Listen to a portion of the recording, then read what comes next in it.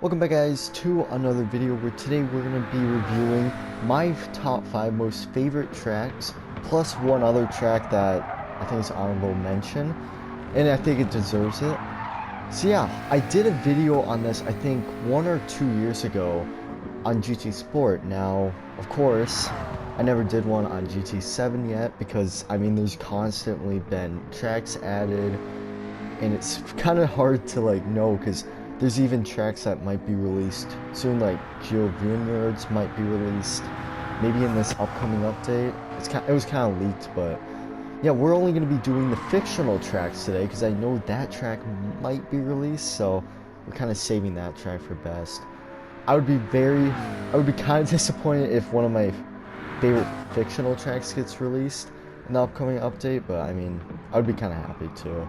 So yeah, let's get on with fifth place. So with fifth place, we have Dragon Trail, and you just saw one of the reasons why I kind of like this track, but I also kind of don't. You just saw there the Death Chicane, and the Death Chicane, it's named a Death Chicane for a reason because it's very, very hard to get right, and if you don't get it right while you're into the barriers, you're straight into it, and you completely stop, and it basically ruins your race. So, but I like the scenery. I like the Dragon Trail name of it. I also like the first sector. The second and third sector are actually really good because it has kind of an S shape, kind of S's like Suzuka and stuff like that. And I kind of like that, honestly. I also like the sand traps in here, and also this corner is pretty cool too because you kind of lift off the gas, you take all that curb there. And it's a flowing corner and I just love it. But like I was saying about the scenery, I mean there's a lot of trees. After the second sector a little bit, when you're going completely downhill, which is probably one of the toughest braking zones on this list, you see like a massive lake. I think it might be an ocean actually, because this takes place in Croatia. But here you go, you're going down that hill here. Very difficult braking zone. I think it's a lake. Or maybe an ocean, but look at the scenery. It's like the houses and stuff on the coastline. I love that. You see sailboats and stuff. It kind of reminds me of Monaco, but a lot less deadly. So for number 4, we have Kyoto Driving Park. Now, this kind of has a mix of both really good scenery and nice flowing corners. It's not, I mean, I think on my GT Sport video, I always talked about the scenery. But this first kind of sector is super satisfying. I'll kind of talk over this. See here, a very flowing left corner, and then you kind of, once again, have that S shape, which I think can be taken flat out in the Group 3 car, which, very surprising. But you can see here, this is my first ever lap around here for a while. You see here, I take it a little bit, I think I went down a gear, but we didn't take it completely flat. And then you have this very flowing left-hander right here. And that's what I love about this first sector. It's very, very flowing. But also the scenery. I like the blue kind of runoff track limits here. You see here, but this chicane here, you go downhill. And you can actually take this chicane very fast here. Here we go.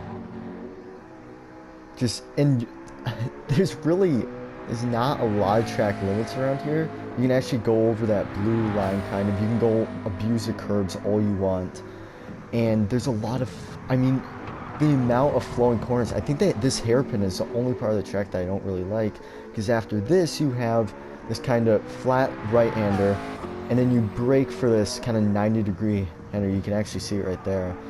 And abuse the curbs once again. I love the curbs around here. Very, very, pretty aggressive. But it's not like sausage curbs or something like that. You can see there, you can touch the grass, and it's very beautiful. I think they got rid of some of the trees since GT Sport, but I mean it's still got like the scenery and stuff. You can see the hills, like the valley and stuff, and hopefully one time, maybe one race in the league, I can race around here in the Group 3 car. Now for number 3, we have Deep Forest Raceway. Now I've raced around this track in the past in leagues and stuff, and I just love the elevation changes. The scenery, I mean, I'm the type of guy that sometimes even looks at the scenery more than like the flow of the racetrack. But I think this one deserves it because the elevation changes in like the last, kind of going to the first sector. are really beautiful.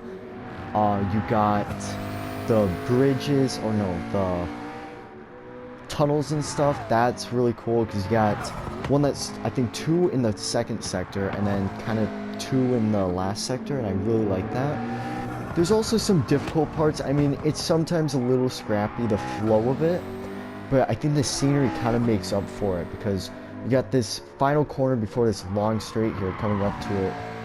Now, it's kind of scrappy because you got that bridge and stuff. It doesn't feel as good. But then you got this very, very long straight that spans almost all the track here. And then you got a very interesting hairpin. Now in like Group 3 cars, it's very hard to like not spin out right after it because of the weight difference and stuff. And I think it's a little angled, like a little on or off camber. I think it's on camber. You can see here, we do it perfectly fine, but sometimes you just, that weight change kind of swings that rear end around. It's super hard to get right. But this last sector though, you're kind of going down and then you go over this crest, you hit that apex, and you can hit some pretty high top speeds around this track, and that's what I kind of like about it. Because, I mean, you can probably break records around it, and it just feels so good. I think PD or Polyfield Digital, whatever the heck they're called, did a really good job with just bringing this circuit back, because I believe it was a previous one. I think this used to be on a game, and it was actually inspired off of a pretty short layout in real life. But yeah, that's why I chose Deep Forest for number 3. So with now technically 3 tracks to go, because this is second place, Grand Valley. Now, Grand Valley, I was bragging about how beautiful this track looked, especially in the sunset, and I don't know why I didn't pick the sunset, because that shows the true scenery of this track. And, you know, I think some of you guys might be getting tired of me saying scenery. Okay, this track, come on. I mean, I know they revamped this to make it a little bit more sandy from the original track, because this was based off of, I think, more of, it looked kind of like Deep Forest Raceway. I'm not sure what Gran Turismo game it was, but I think this looks a little better. I mean, you got the ocean when you're going into this hairpin. It's like kind of on the Californian coast, I believe this is based off of. So you got those rocky coasts, you got the ocean over there. It makes it look beautiful when it's sunset. And if you watch one of my videos, I think it's like, I don't know, I think a month ago I made a video like about the highlights, because this was used on League Racing. Jeez. But the flowing. Okay, I need to talk about the flow of the track, less about the scenery. So you can see here, there's actually a bridge right here. It kind of leads into this nice. I love the first sector. It's kind of downhill after that hairpin. You go into that another hairpin. It's kind of like a fast S, and then you go from here, it's a little twisty, it's a little hard to get right. You go into this tunnel, and then you go straight into the chicane. Very hard. You have to get it all the way to the right. You have the chicane. It's not too bad, because you got that. The track limits are horrible, just saying. But I think apart from that, it's a pretty good track. You got another bridge here, and then this tunnel, you have to be careful because it kind of blinds you, but flat out easily through here. Sometimes if your tires are completely worn out, or if you're behind another car, you just get all that dirty air, and it's horrible. So yeah, that is why I picked this track for number 2. Now for my honorable mention, we got Blue Moon Infield A. Now if you kind of recognize this track, this is actually, we raced on this I think 1 week ago, I'm pretty sure. So it's kind of, I got a little biased because, we just raced on it. But I think this truly deserves it, because the Infield B counterpart, so this is Infield A.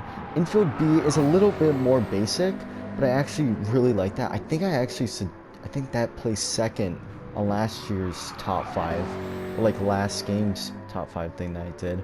But this track, I love the first sector. I think the transition from the oval to the road course part, it's very challenging sometimes because you get a little bit of oversteer. But then the infield section, I think, is done perfectly in the first sector, because you get that, you go down a gear, you take that left, and I think the kind of the curving around this track, it's not too difficult. to get right. And then this final corner, once again. So basically, when you're transitioning from the oval to the road course, it's very fast. This is a very fast track now. I think the second sector is a little bit slower, but the first sector is fast. The third sector is a little bit, I think it's actually just those two final corners. But here we go. Here's the first two corners here. You can see it's a very sweeping, long left corner here. It's not actually too bad to get right here. You just swing into those left and corners there. And then you go into this left kink here. Very fast. You can cut that corner quite a bit there. Then you go into this double left, and then you go to this right. Try to brake a little early, but I mean, geez, the palm trees. You can see the turn 1 oval section right there. I didn't know if that was in GT4 or not, but scenery, once again, the scenery is pretty good. But the flow, I think, definitely outmatches it, because, geez, the first sector is very satisfying if you get that right. Doing hot laps around here or trying for the fastest lap. I mean, I love doing that, especially during the race. I think it was, yeah, a week ago. That was very good. The stands are beautiful. I mean, I remember back in GT Sport where it's very popular. This track is very popular, and I think it's kind of underrated. Now, of course, for my first pick, I'm going with Lagoon Margarina. I think that's how you say it. Now, I think it was 2 weeks ago where it was a daily race, and this track was featured on it, and I absolutely loved racing around this track because, first of all, it's green. I mean, the barriers are green. It's pretty colorful. Now, I'm going to talk more about the layout, not the scenery, but the elevation changes. I mean, you'll see it in the hairpin, especially around here too. It's a very flowing racetrack. I love tracks that are very fast, but are very like flowing. I don't like tracks that are like 90-degree corners, just constant, like city circuits, for example. I don't really like those circuits that much, and I think they did a really good job of like revamping, because you can see there, I think there's a new pit entrance or garage section right there. But this section right here, very flowing section. It's kind of like the S's of Suzuka once again. And then this is a corner I think I love entirely. I think this is one of my favorite ever hairpins in GT7, because you actually get a little bit of airtime while going down that hill if you have like a fast enough car. But look at this hairpin right here.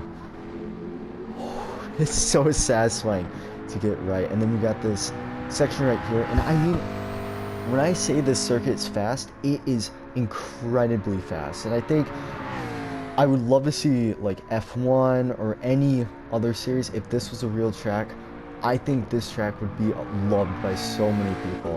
And its final sector, I actually really like it. It's not too bad in terms of like 90-degree corners, because it's very flowing, and oh geez, I wish this was on the counter. I don't think it is for the league that I'm in, or my league. But yeah, I love it. I just love this track. The layouts are pretty good. With this main layout, I love entirely. And yeah, it is almost everything. The scenery, yeah, once again, I think they kind of revamped, like added some more like pit stops and stuff. The layouts, I think they increased how many layouts there were. I like the red and the orange. It makes it kind of stand out. I love this section here where you got like the Italian flag, because I believe this takes place in Italy. I'm pretty sure. Yeah, I love it. You got the valley too. I mean, all of these tracks have something in common. All of these tracks that I've picked, and it's a beautiful. You got Margarita on the side. I just like, but, I mean, the flowing, I think this track, yeah, that's why I picked it for number 1. And hopefully, I mean, you guys might think otherwise in terms of the number 1 choice, but you got the sausage curd stuff too, and it's just, oh my gosh, this downhill section once again, I love it so much. So yeah, there's your number 1 pick. So hopefully you guys enjoyed this video. It's a little different because usually I make like highlights and stuff of my races, but I felt like I just needed a little break from that because I wasn't able to race this weekend because I was away from home. And I think this was a good substitute. Like I said before, I made one on GT Sport, but never did one on GT7, and it's been like think almost 2 years, no, a year and a half since GT 7 was released, and they're still kind of adding tracks, not as much as GT Sport. But hopefully you guys enjoyed it. Please don't get too feisty in the comment sections, or else I guess I'll have to block you or something. I mean, just respect others' opinions. I know that my opinion is definitely different from your guys' taste, I guess you can say, too, because I think one of the things you could kind of tell was I like fast tracks. I don't like basic tracks, like with 90-degree corners. I like elevation changes. I like scenery, especially, and flowing tracks. That's basically kind of my taste. Slow tracks I'm not a fan of, but definitely Lagoon Margarine is definitely an example of what kind of taste I have. And yeah, hopefully you guys enjoyed the video, and I hope you guys have a good week. And I'll probably be live streaming this weekend. Maybe. Hopefully. It looks like I will be able to, but maybe I'll see you then. But I'll make sure to live stream every week. So hopefully you guys have a good week, and I'll see you later.